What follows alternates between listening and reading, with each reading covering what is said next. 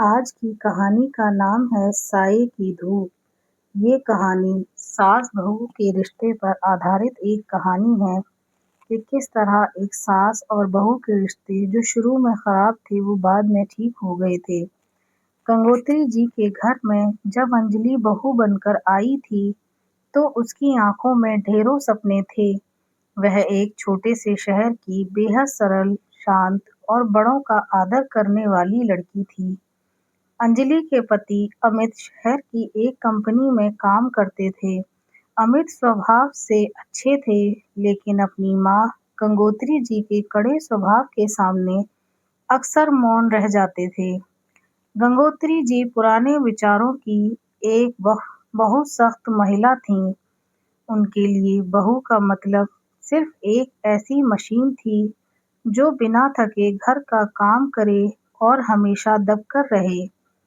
शादी के पहले ही दिन से उन्होंने अंजलि के प्रति अपना रुख कड़ा रखा। सुबह के 5 बज रहे थे। अंजलि रात को देर से सोने के बाद भी समय पर उठ गई थी। वह चाय की ट्रे लेकर गंगोत्री जी के कमरे में गई। माँ जी, चाय।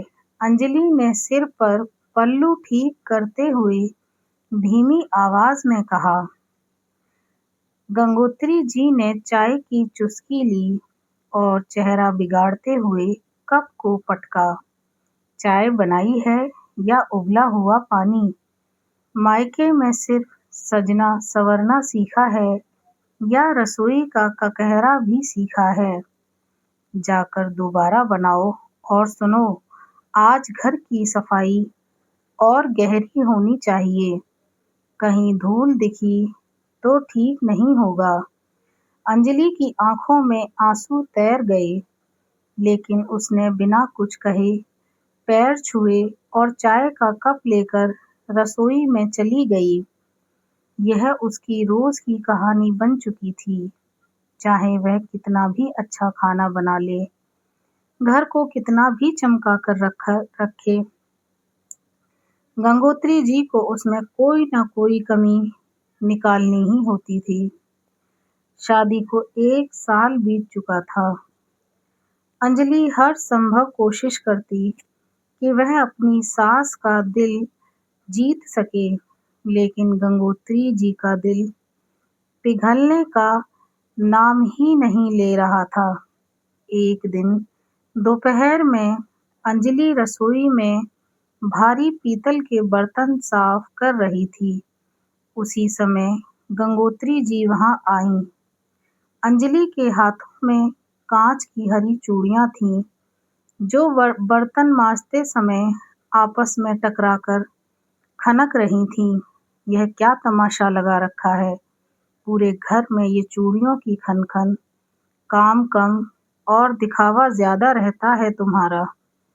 ढंग से हाथ भी नहीं चलाए जाते। गंगोत्री जी ने झिड़कते हुए कहा।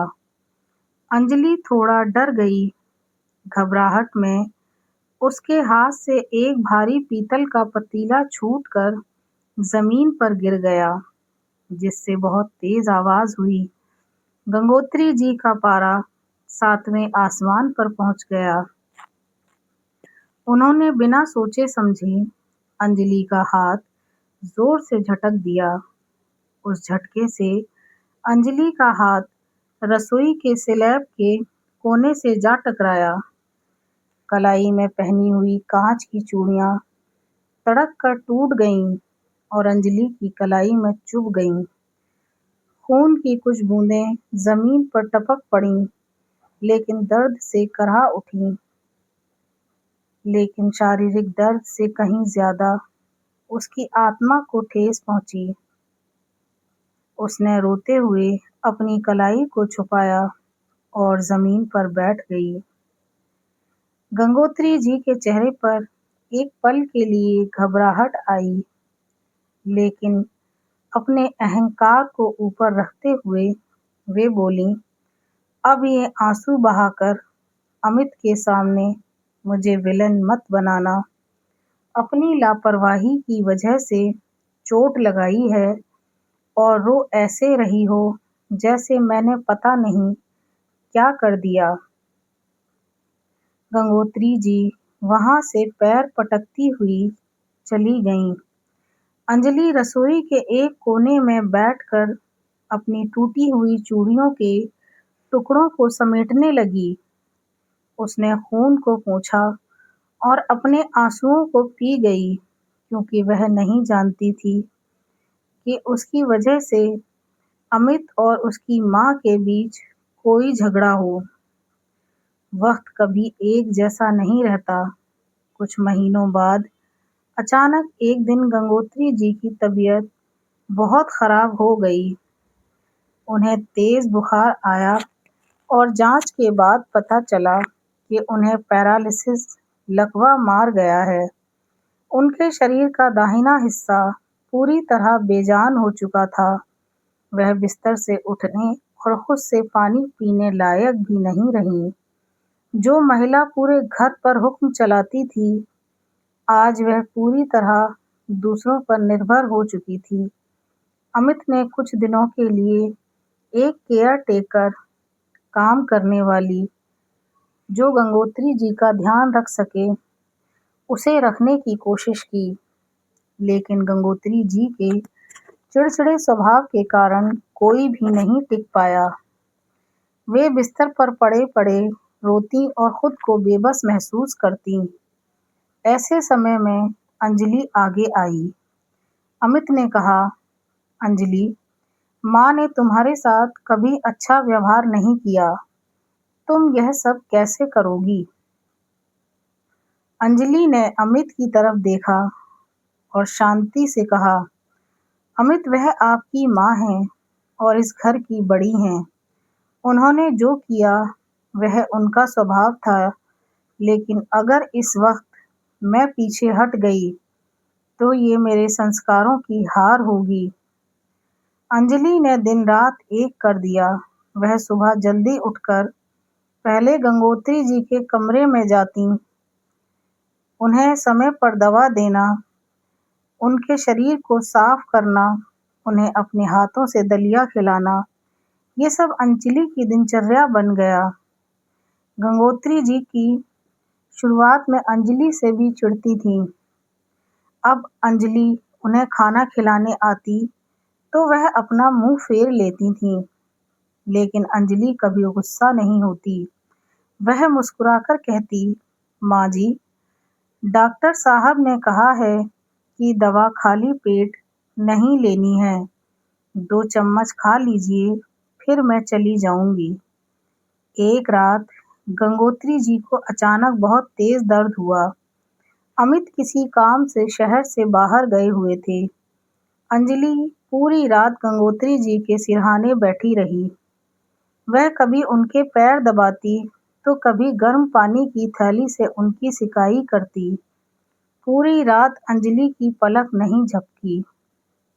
अंजलि इसी तरह उनकी सेवा करती रही। सुबह के 4 बज रहे थे। कमरे में मध्यम रोशनी थी। गंगोत्री जी की आंख खुली तो उन्होंने देखा कि अंजलि उनके पैरों के पास ही सिर टिकाए सो गई है। उसका चेहरा थकान से पीला पड़ चुका था, लेकिन फिर भी उसके चेहरे पर एक अजीब सा सुकून था। गंगोत्री जी ने अंजलि के उन हाथों को देखा जिनमें कभी उनकी वजह से चोट लगी थी।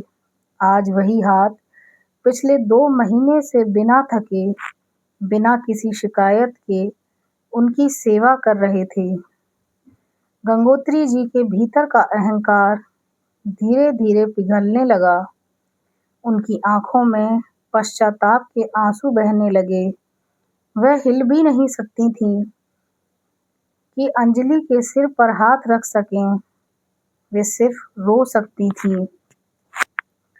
कुछ दिनों बाद अंजलि गंगोत्री जी को व्हीलचेयर पर बैठाकर आंगन में लाई, ताकि वे थोड़ी ताज़ी हवा और धूप ले सकें।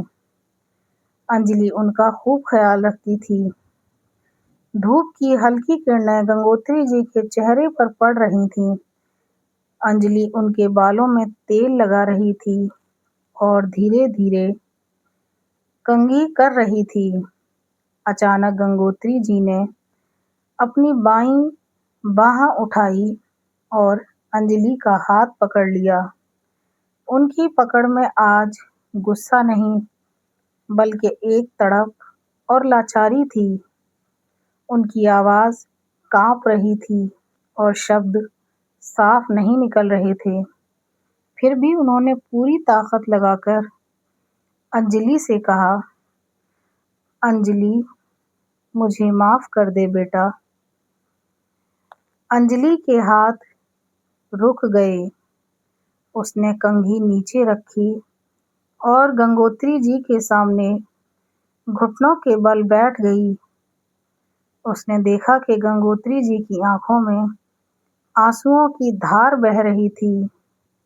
गंगोत्री जी ने रोते हुए टूटी फूटी आवाज में कहा, मैंने तुझे सिर्फ दुख दिया, तेरी चूड़ियां तोड़ी, तुझे ताने दिए, लेकिन तूने मुझे माँ से बढ़कर संभाला। मैं हार गई बहू, मेरी सोच हार गई, तेरा प्यार जीत गया। अंजलि का बांध भी टूट गया। उसने गंगोत्री जी के कांपते हुए हाथों को अपने गालों से लगा लिया और रोते हुए बोली, नहीं माँ जी, ऐसा मत कहिए। आप मेरी माँ हैं। एक माँ अगर अपनी बेटी को डांट भी दे तो बेटी कभी रूठ कर नहीं बैठती। मुझे आपसे कोई शिकायत नहीं है। गंगोत्री जी ने रोते हुए अपना बायां हाथ अंजलि के सिर पर रखा। ये पहली बार था जब उस घर में सास का हाथ बहू को आशीर्वाद देने के लिए उठा था, ना कि डांटने के लिए। अमित, जो अभी अभी सफर से लौटा, दरवाजे पर खड़ा होकर यह दृश्य देख रहा था। उसकी आंखों में भी आंसू थे, लेकिन दिल में एक तसल्ली थी कि उसके घर की कड़वाहट हमेशा के लिए खत्म हो चुकी थी। आंगन में खिली वह धूप सिर्फ मौसम की धूप नहीं थी, बल्कि उस घर में आए एक नए और खूबसूरत रिश्ते का सवेरा थी।